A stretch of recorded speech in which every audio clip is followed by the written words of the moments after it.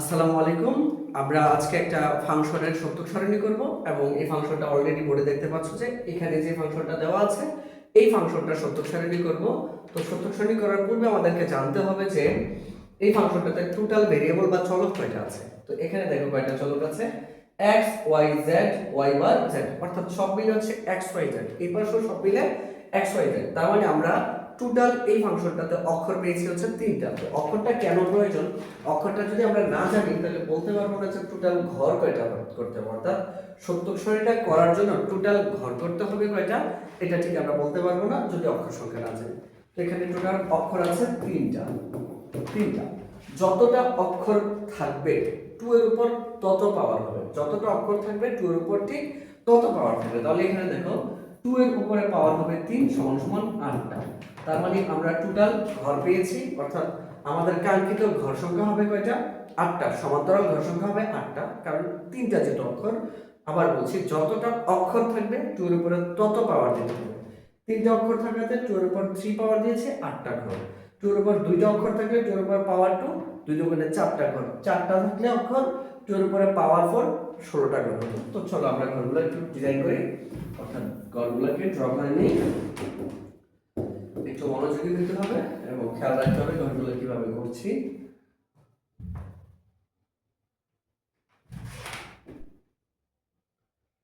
মনোযোগী হও।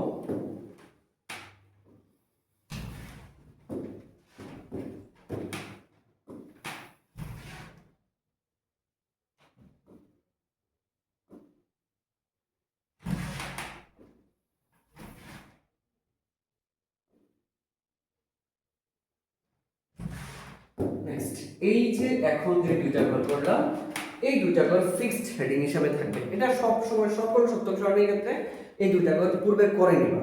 এটা করার পর এখন যেগুলা করবা সেটা হচ্ছে এই অক্ষরগুলোর উপর ডিপেন্ড। তো আমরা যে কয়টা পেয়েছিলাম, টোটাল 8টা ঘর পেয়েছিলাম। এখানে 8টা ঘর, মনোযোগী হও। এখন এই 8টা ঘর করব। প্রথমে এটাকে আমরা দুই ভাগে ভাগ করে নিব, দুঃখিত।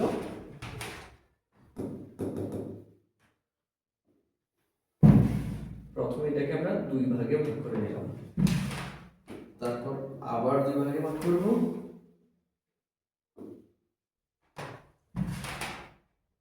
তারপর আবার দুই ভাগে ভাগ করব।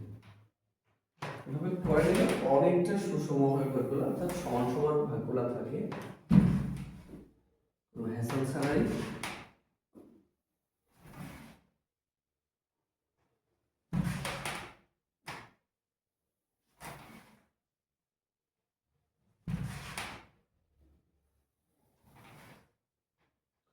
এখানে মোট সাদা ঘরগুলো মোট 8টা আছে। 8টার জন্য আমরা 8টা করব, অর্থাৎ 2 কিউবের জন্য আর 8টা করব। এখন এই লম্ব বরাবর কয়টা ঘর হবে এগুলো এই ফাংশনটাই আমাদেরকে বলে দিবে। সবাই একটু খেয়াল করো, আশা করি সবাই বুঝে ফেলবে কিভাবে। এই হচ্ছে x, এটা x এর জন্য, তারপর হচ্ছে এটা y এর জন্য, এটা z এর জন্য। কি কি অক্ষর রয়েছে, তো আমি এগুলো একটু লিখে দেব কি কি অক্ষর রয়েছে। x y z, এখানে তিনটা অক্ষর রয়েছে, আমরা তিনটা অক্ষর লিখে ফেলছি। এখন দেখবো যে এই তিনটা অক্ষরের উপর নট আছে কিনা। যার যার উপর নট আছে এইটার পর আমরা আগে নটের কাজটা করে ফেলবো। x এর নট আছে, এই যে x এর নট আছে, y এর নট আছে এবং z এর ওদের এখানে নট আছে। তাহলে x y z প্রত্যেকটা নট আলাদা আলাদা ভাবে করব। দেখি, তাহলে x বার আছে, y বার আছে, z বার আছে, অর্থাৎ নট আছে। তো ধরো আমরা এই তিনটা করে ফেললাম, তিনটার ঘর ডান।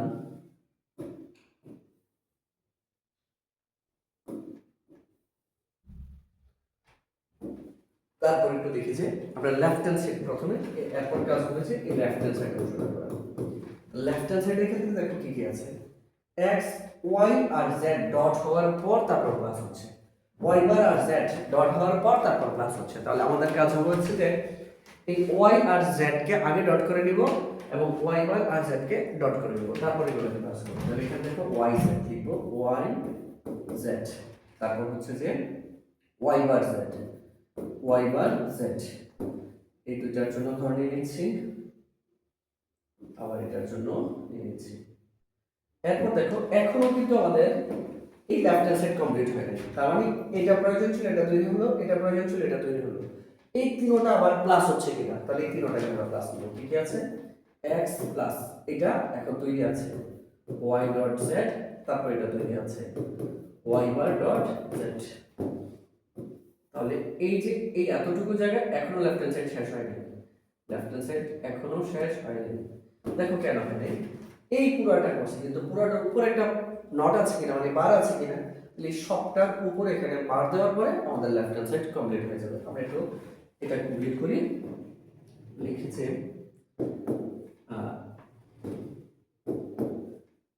x plus y z y1 z, এই পুরাটার উপর আমরা এখন বার দিব, এই পুরাটার উপর আমরা বার দিব, এই হচ্ছে বার।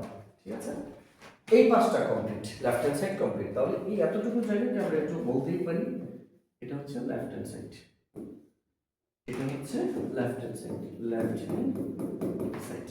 এখন দেখো রাইট হ্যান্ড সাইড কমপ্লিট করার জন্য এইটাও করতে হবে, এইটাও করতে হবে, তারপর পুরোটাকে ডট করতে হবে। তাহলে প্রথমে এই জায়গাটা করব y বার আর z বারের ডট, y বার আর z বারের ডট করব।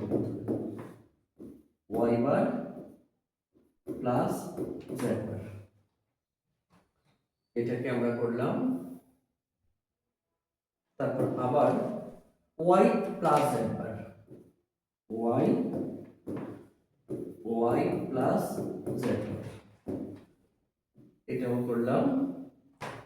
দেন টোটাল রাইট হ্যান্ড সাইড করতে হলে x, এটা এবং এটা, এই তিনটাকে ডট করতে হবে। তাহলে ওই অংশটাকে আমরা তিনটাকে ডট করব। এই x বার ডট, আমি একটু কালারটা চেঞ্জ করে নেই, x বার ডট, এই হচ্ছে y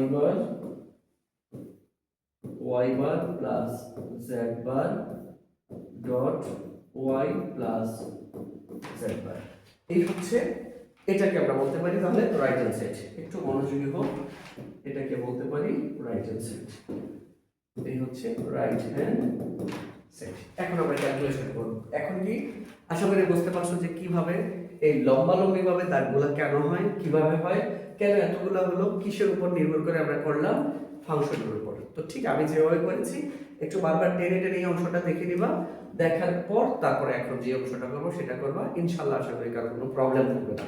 নেক্সট দেখো, এখন আমরা এটাকে একটু শর্টকাট প্রসেসে করব।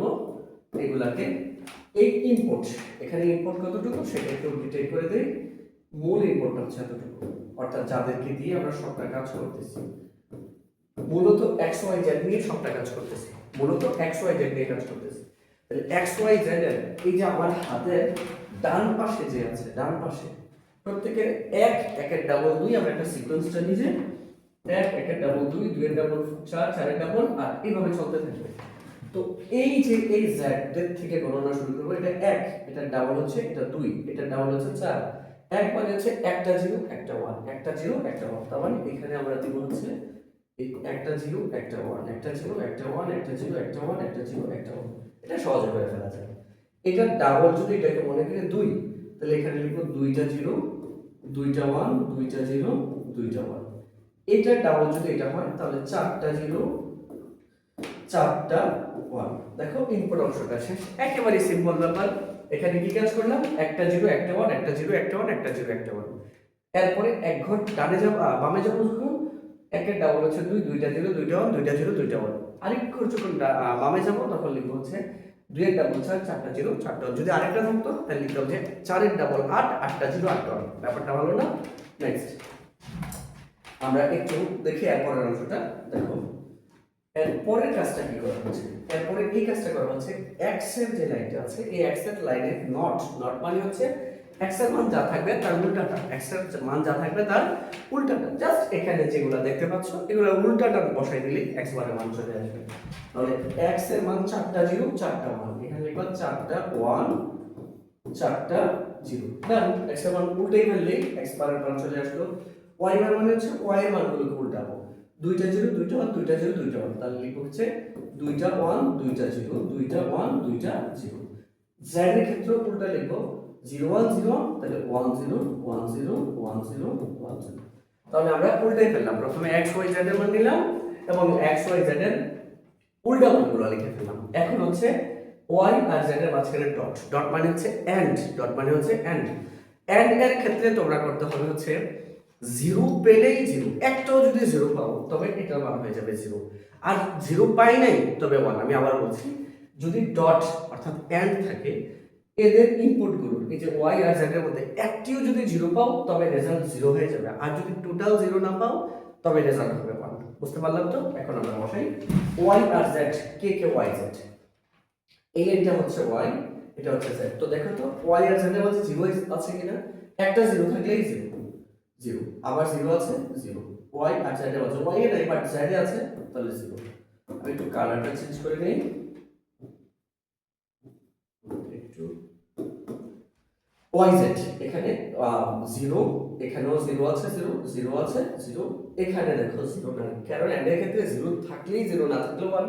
এখানে 0 নাই তাহলে 1, এখানে 0 আছে 0, 0 আছে 0, 0 আছে 0, এখানে 0 নাই 1। নেক্সট y বার আর z এর মাঝখানে তাও ডট, তো এটার ক্ষেত্রে যদি 0 থাকে তো আমরা 0 লিখবো, আর যদি 0 না থাকে তো 1 লিখবো। সেম, কারণ এটা তো এন্ড, তাই না? তো একই কাজটা এখন আমরা এখানে করব, 0 আছে কিনা সেটা দেখব, যে y বার আর z এর মধ্যে এইটা এই লাইন আর এই লাইনের মধ্যে y বার আর z এর মধ্যে 0 আছে, এই যে এখানে 0 আছে 0, y বার আর z এর মধ্যে 0 নাই 1, y বার আর z এর মাঝে এই যে দুইটাতেই 0 আছে 0, এখানেও 0 আছে y বার এর মাঝে, একটা 0 পাইলে তুমি 0 বসাই ফেলবা। আবার এখানে 1 আছে বাট এখানে 0 আছে 0, এখানে 1 আছে এখানে 1 আছে, 0 নাই 1, এখানে 0 আছে 0, এখানেও 0 আছে 0। আই থিংক দ্যাট বুঝতে পারছো। যদি আশা করি সবাই বুঝতে পারছো। তারপর এটা একটু দেখো যে আমরা এরপরটা কি বলতে পারি, x plus y dot z। আমি একটু দেখে নিই যে এই লাইনটা ঠিক আছে কিনা। 0 y বার z 0, y বার 0 9, 0 ছিল 0, 0 ছিল 0, 0 ছিল 0, 0 9 1, 0 ছিল 0, 0 ছিল 0। ওকে থ্যাঙ্কস, ঠিক আছে। এইবার আমাদের কাজ হচ্ছে এই লাইনটা এবং এই লাইনটা, সরি এই তিনটা না, এটা কি ছিল y বার এবং z 0 0। আচ্ছা ওকে, এখন দেখো যে 0 0 0, তো কাছ থেকে তো একটু বুঝতে প্রবলেম। আচ্ছা দেখো এখন এই x y ডট z আর হচ্ছে y বার z, এই তিনটার মধ্যে অর্থাৎ এই x y ডট z আর হচ্ছে এই তিনটার মধ্যে প্লাস হবে, অর্থাৎ মাঝখানের চিহ্নগুলো হচ্ছে প্লাস মানে হর। কিন্তু আমি একটা যেমন বলছি, একটি মাত্র 0 থাকলে আউটপুট 0 হবে, এইটার ক্ষেত্রে হবে একটি মাত্র যদি 1 পাও, ধরো x এর মান 1, তো আর কোনোটা তাকানোর দরকার নেই, 1 লেখা ফেলবা। y আর z এর মধ্যে যদি একটিও 1 পাও তবে 1 লিখে ফেলো, অর্থাৎ এই হোল সিস্টেমটার মধ্যে এইটার 1 অথবা এই দুইটা মিলে 1 অথবা এইটার 1, কোনো একটারও যদি 1 পাও তাহলে হুট করে এখানে 1 লিখে ফেলবা, কারণ এখানে তো প্লাস আছে, প্লাসের ক্ষেত্রে একটিও যদি 1 থাকে তবে আউটপুট 1 হবে। তো আমরা একটু দেখি এখানে কি x এর মান 0 আছে, এখানেও 0 ছিল, দ্যাটস ওয়াই এটা আউটপুট 0 হবে, কারণ 1 নাই। x এর মান 0, এটা মানও 0, এটা 1 1, একটি হলো 1 আছে 1, x এর মান 0, এটা মান 0, এটা মান 0, তাহলে 0, x এর মান 0, এটা মান 1, এটা মান 0, একটা হলো 1 আছে এই জন্য 1, x এর মান 1, বাকিগুলো কি দেখতে হবে না, কারণ 1 পাইলেই তো 1, এটার মান 1, এখানে x এর মান 1, এখানে x এর মান 1, 1 থাকলেই 1। এই পুরোটা লাইনকে এখানে উল্টাইতে হবে, এই পুরোটা লাইনকে এখানে উল্টাইতে হবে, তাহলে 0 ছিল 1 হয়ে যাবে, 1 ছিল 0 হয়ে যাবে, 1 ছিল 0 ছিল 1 হবে, বাকি সবগুলো 1, তাহলে সবগুলো 0। তাহলে এই পুরোটা নট করা হচ্ছে উপরে, বাট আর নট করা হচ্ছে মানে যা থাকবে তার উল্টাটা লিখতে হবে। আশা করি এটা বুঝছি।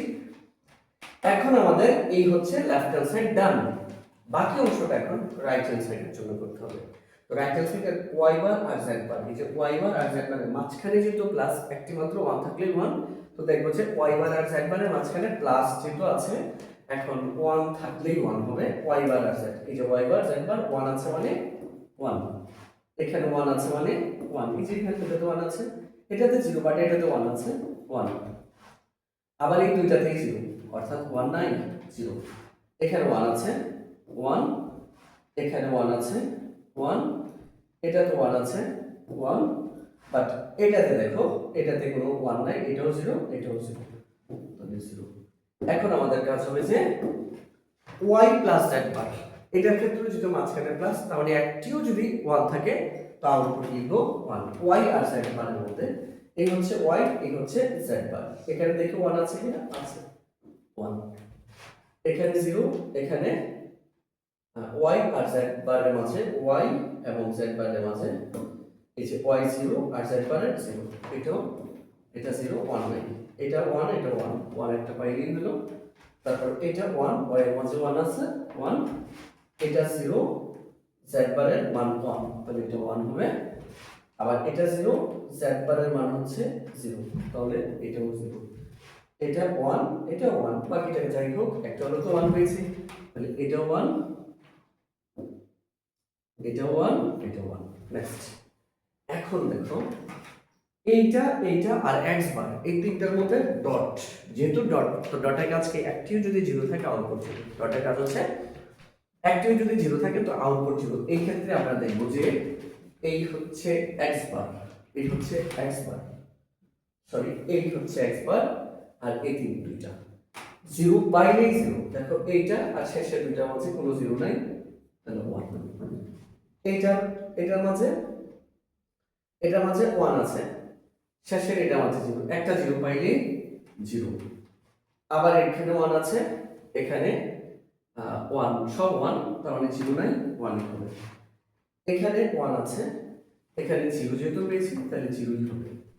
এরপরে দেখো x বারের সবাই যেহেতু 0, বাকিগুলো কি দেখানোর দরকার নেই, কারণ একটা 0 হলেই তো 0, এটার মান 0 অথবা এটার মান 0 অথবা এটার মান 0, এগুলোর মান কি আর দেখার দরকার নেই, যেহেতু x বারের সবগুলোর মধ্যেই শেষের চারটার মাঝে 0 আছে, তাহলে এখানে আমরা 0 দিয়ে দেবো। এখন দেখো যে আমরা কাজটা হয়েছে কিনা, রেজাল্টটা মিলল কিনা সেটা একটু দেখার জন্য লেফট হ্যান্ড সাইড আর রাইট হ্যান্ড সাইডের প্রত্যেকটা লাইনের দিকে তাকাও যে সব দিক থেকে সমান হয়েছে কিনা। 1 1 0 0 1 1 0 0 0 0 ডট ডট ডট সব 0 0। আই থিঙ্ক দ্যাট এটা হয়েছে। তো আশা করি সবাই বুঝছো, যদি কেউ বুঝে না থাকো আমাকে ক্লাসে জানাইতে হবে। ধন্যবাদ সবাইকে, ভালো থাকো, আল্লাহ হাফেজ।